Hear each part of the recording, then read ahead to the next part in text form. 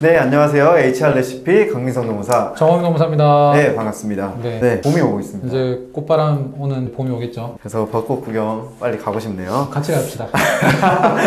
네, 그러면 오늘도 HR 깨알 시리즈를 가지고 왔는데요. 네. 오늘은 어떤 주제를 준비해 주셨나요? 오늘은 평균임금 계산과 관련해서 네. 우리가 놓치기 쉬운 이슈가 있어가지고 한번 들고 와봤습니다. 네, 오늘도 역시 질문과 함께 시작해 보도록 하겠습니다. 자, 노무사님 안녕하세요. 오늘도 급하게 연락을 드리네요. 다름이 아니라 퇴직금 계산과 관련해서 문의드릴 게 있어서요. 최근에 1년 근무하시다가 퇴직하신 계약직 직원 A가 있습니다. 연구팀에서 행정보조 업무를 담당하신 분인데요. 이분은 일일 8시간, 1조 40시간 근무하시는 걸로 하고 풀타임으로 근무하셨고 매월 고정급 250만을 받아가셨습니다. 업무 자체가 정해진 시간에만 일하면 되는 문서 처리 업무라 연장 근로가 없어서 딱 정해진 월급 250만 원만 매달 받아가셨어요. 퇴직하셨으니 퇴직금을 지급해야 했는데 카톡으로 퇴직금 계산이 잘못되었다면서 차액을 다시 계산해달라고 연락이 왔습니다. 저는 무슨 말인지 이해가 안 됐는데요. 왜냐하면 법에서 정한 대로 평균임금 1일분을 계산해서 31분 250만 원을 정상적으로 지급을 했기 때문입니다. 그런데 그분은 287만 원을 지급받아야 한다는 건데요. 평균임금이 통상임금보다 적어 그렇다는데 이게 무슨 말이죠?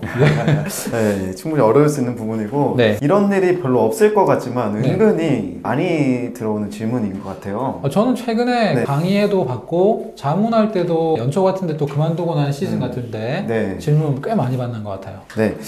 그러면 기본적으로 네. 이 퇴직금 관련해서 질문을 주셨잖아요. 네네. 그래서 퇴직금 계산과 관련한 법률 먼저 알아보는 게 좋을 것 같아요. 네, 한번 또 이거 띄워서 네. 보여드리겠습니다. 자, 한번 보시면 근로자 퇴직급여 보장법 8조에 이렇게 돼 있죠. 1항에 자, 퇴직금 제도를 설정하려는 사용자는 계속 근로기간 1년에 대해서 31분 이상의 평균임금을 퇴직금으로 퇴직 근로자에게 지급할 수 있는 제도를 설정해야 된다. 네. 자, 그러면서 그럼 평균임금 어떻게 계산하냐? 근로기준법 2조 1항 6호에 있죠? 네. 평균임금이란 이를 산정할 사유가 발생한 날 이전 3개월 동안에 그 근로자에게 지급된 임금 총액을 그 기간의 총일수로 나눈 금액을 말한다. 이렇게 돼 있는데 사실 뭐 인사 담당자분들한테 이게 어려운 이슈는 아니죠. 그렇죠. 뭐 정리하면 이겁니다. 퇴직급여 보장법에서는 네. 계속 근로기간 1년에 대해서 31분 이상의 평균임금을 주도록 돼 있고 네. 그 평균임금 계산과 관련해서는 근로기준법 제2조 1항 6호에 따른다. 이거는 뭐 모두가 아는 그런 네. 간단한 사실인데 네. 그럼 이 법률을 네. 질문에 대입해 보면 어떻게 될까요? 네, 자, 직원 A분이 고정급여로 250만 원씩 매달 받았어요. 네. 그리고 딱 1년만 근무한 것 같아요.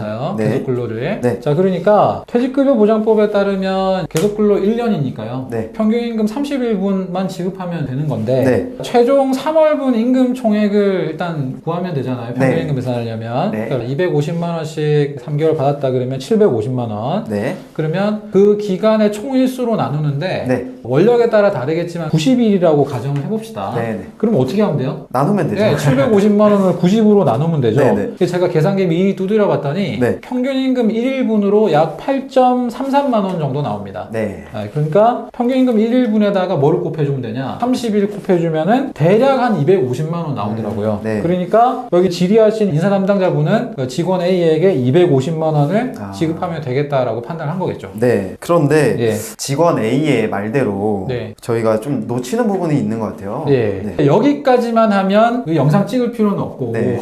뭔가 지금 문제가 되는 부분을 가지고 얘기를 해야 되는데 네. 자, 근로기준법 2조 2항이 이슈가 되는데 네. 제1항 6호에 따라 산출된 금액이 이 부분이 뭐냐면 아까 나왔던 평균임금 이제 계산 네. 방식인데 네. 산출된 금액이 그 근로자의 통상임금보다 적으면 그 통상임금을 평균임금으로 한다. 이렇게 돼 있네요. 이것만 봐서는 네. 이게 무슨 말인가 싶거든요. 네. 네. 그 인사하시는 분도 그렇지만 저도 읽어보면 바로 직관적으로 이해가 잘 안 되는데 네.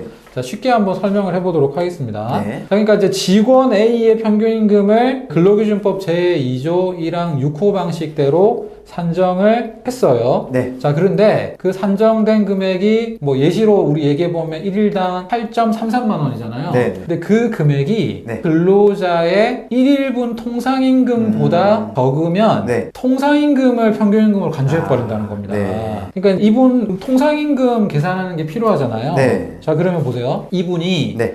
풀타임 근로자예요. 네. 그리고 토요일이 무급 처리되는 회사라면 250만 원을 월 통상임금 산정 근로시간 몇 시간으로 나누면 되나요? 209시간. 그죠? 209시간으로 네. 나누면 통상 시급이 나온단 말이에요. 네. 1시간분.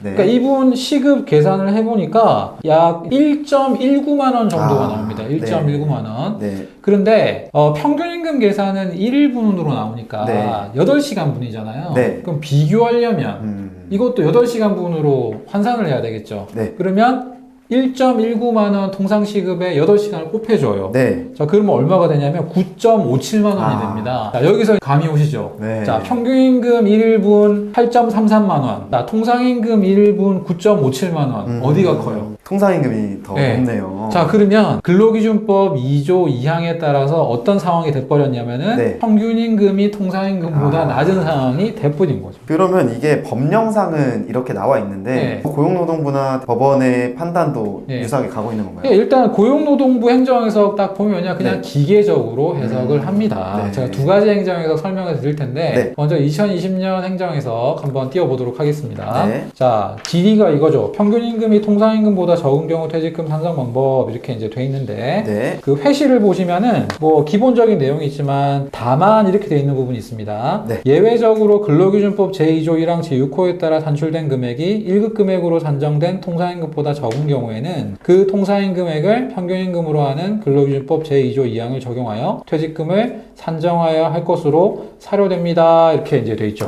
자, 그 다음에 밑에 보시면 한편 1급 금액으로 산정된 통상임금을 구하고자 할 경우에는 1일의 소정 근로시간 수에 시간급 통상임금을 곱하여 산정하면 됩니다. 이렇게까지 하고 있습니다. 네. 자, 이게 2020년이고, 자, 두 번째 2012년 행정해석인데, 네. 오늘 질의하신 사례랑 되게 유사한 사례예요. 네. 한번 띄워보겠습니다. 네. 자, 월 고정급을 기준으로 산정한 평균임금이 1급 통상임금보다 적다면 1급 통상임 금액을 평균임금으로 모아 퇴직금을 산정해야 한다. 자, 질의를 보니까 네. 기본급 200만 원을 고정적으로 받으면서 딱 1년 일하시고 풀타임으로 일하는 사람이에요. 면접 근무가 없죠.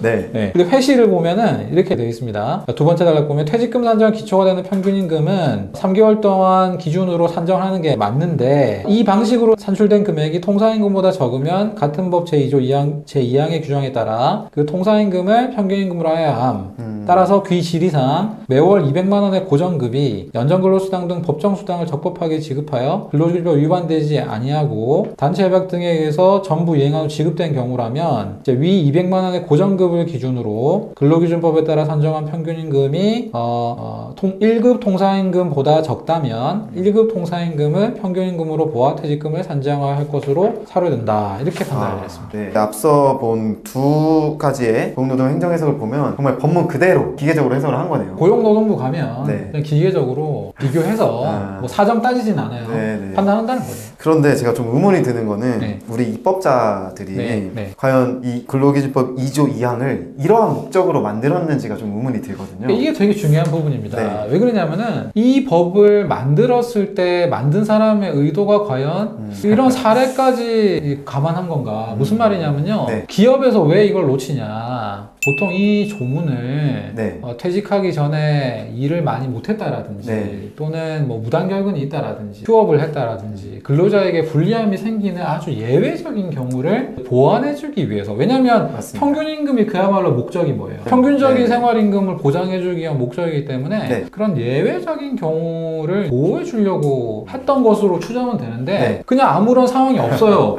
그냥 정상적으로 평균임금 계산했는데 네. 그냥 기계적으로 통상임금이 높다 그래가지고 그걸 준다? 이런 걸 생각했을까라는 건데 저는 아니라고 보는 거예요. 네. 실제로 네. 1999년에 서울행정법원의 판결에서는요. 네. 입법 취지에 대한 고민을 하는 흔적이 보이는 판결이 있습니다. 아, 그런가요? 일용 근로자의 임금 산정과 관련한 판결이었는데 제가 한번 띄워보도록 하겠습니다. 네. 다른 건 차치하고 네. 이렇게 돼 있습니다. 법 제19조에서 산출된 금액, 이게 이제 평균임금이에요, 당시에. 네. 당해 근로자의 통상임금보다 저액일 경우에는 그 통상임금을 평균임금으로 한다고 규정하고 있는 취지는 예컨대 평균임금 산정 사유가 발생하기 전 3개월 동안 근로자의 귀책 사유로 인해서 휴업하거나 정상적인 근로를 하지 못하여 통상의 경우보다 임금이 현저히 낮게 되는 극히 예외적인 경우에 대비하여 평균임금을 최저한을 보장하려는데 있다, 이렇게 얘기를 한단 말이죠. 네. 자, 그러니까 지금처럼 아무것도 없는데 그냥 평온한 상황에서 적용하는 거는 아니다라고 본 판례가 있는데, 이거는 오히려 예외에 해당하는 것 같고 네. 일반적으로는 이제 기계적인 적용을 한다는 거죠. 자, 그러면 네. 이게 제 개인 의견이냐, 그게 아니라 네. 상당수의 학자분들이라든지 전문가분들 네. 의견이 대체적으로 좀 나오고 있습니다. 왜 이렇게 해석을 할 수밖에 없냐? 네. 법문에 제2조 2항을 예외적인 경우에 하나에 적용한다, 이런 게 있나요? 아, 그런 내용은 없네요. 전혀 없죠. 네. 그냥 임금 수준에 대해서만 따질 뿐이에요. 네. 평균임금이 통상임금보다 적으면 통상임금을 평균임금으로 한다. 음. 그러니까 법을 해석하고 집행하는 분 입장에서는 네. 이건 예외적인 경우에만 적용하는 거야 라고 섣불리 해석을 할 수가 없는 거죠. 그러면 어떻게 해줘야 되냐? 네. 이건 결국 입법으로 해결을 해줄 수밖에 없죠. 아니면 네. 뭐 단서를 달아서 예외적인 사유 몇 가지를 달아주든지 네. 이런 식으로 해줄 수밖에 없기 때문에 네. 입법적 해결이 필요하다라고 생각합니다. 그러면 기업에서 어떤 실무적 대안이 있을지 정리해 주시면 감사하겠습니다. 자, 그러면 다툼이 있는 부분은 우리가 좀 보수적으로 판단할 수밖에 없고, 네. 지금 행정해석의 흐름이나 뭐 법원의 흐름들을 보면은 네. 좀 기계적으로 적용하는 게 일반적이다. 그렇기 네. 때문에 기업 입장에서는 좀 억울하고 네. 귀찮을 수 있지만 네. 퇴직금이라든지 이런 평균임금을 산정해야 되는 상황에서는 늘 어떻게 해야 되냐? 통상임금과 비교를 해서 검산하는 작업을 한번 거쳐줘야 되는 거죠. 네. 특히나 네. 이런 문제가 발생하는 경우가 월급 중에 고정급 비중이 높은 경우에 발생해요. 아, 그렇겠네요. 네, 그죠? 네. 네. 만약에 고정급 비중이 낮고 연장근로수당 같은 비중이 높다면은 네. 이런 경우가 좀 덜 생길 텐데 그렇기 때문에 평균임금과 통상임금을 비교해서 네. 어떤 게 높은지를 따져줘야 되는 절차를 꼭 한번 거쳐야 되고 네. 두 번째는요, 네. 사장님이 그럴 수도 있잖아요. 그런 게 어딨어, 우리는 인정 못해, 그냥 낮은 걸로 지급해. 왜냐면 네. 사장님 입장에서는 이거예요. 아니, 월급 250만 원 받았고 네. 퇴직금 1년분 한 달치인데 왜 우리가 287만 원을 주냐. 조금 억지스럽긴 네. 합니다. 그렇더라도 어떻게 해요? 저희 영상을 보여주시면서 강민성 노무사가 이런 얘기 하더라고요. 네. 그렇게 하지 말라고 했다. 네, 하지 말라고 했다. 네, 그래서 꼭 차액을 일단은 지급하시는 방향으로 네. 하실 것을 말씀을 이제 드리고, 마지막으로는요, 네. 고용노동부나 특히 국회에서 소극적으로 대응하지 마시고, 네. 이런 것 때문에 법률 분쟁이 얼마나 생기겠습니까? 맞습니다. 부처 관련한 입법이든 국회 입법을 통해서 갈등 소지를 입법적으로 해결해 주실 것을 네. 간곡하게 당부드립니다. 정말 늘 HR 레시피를 찍으면서 느끼는 건데 네. 우리 노동법이 굉장히 어려운 것 같아요. 아, 너무 복잡해요. 간단하게 좀 만들었으면 좋겠어요. 네. 그래서 모든 분들이 이 노동법을 쉽게 이해하는 그날까지 저희가 열심히 영상 제작해 보도록 하겠습니다. 네. 네. 그럼 오늘 영상이 마음에 드셨다면 좋아요와 댓글, 구독, 그리고 공유까지 많이 해주시면 감사하겠습니다. 다음에 더 좋은 영상으로 찾아뵙겠습니다. 감사합니다. 감사합니다.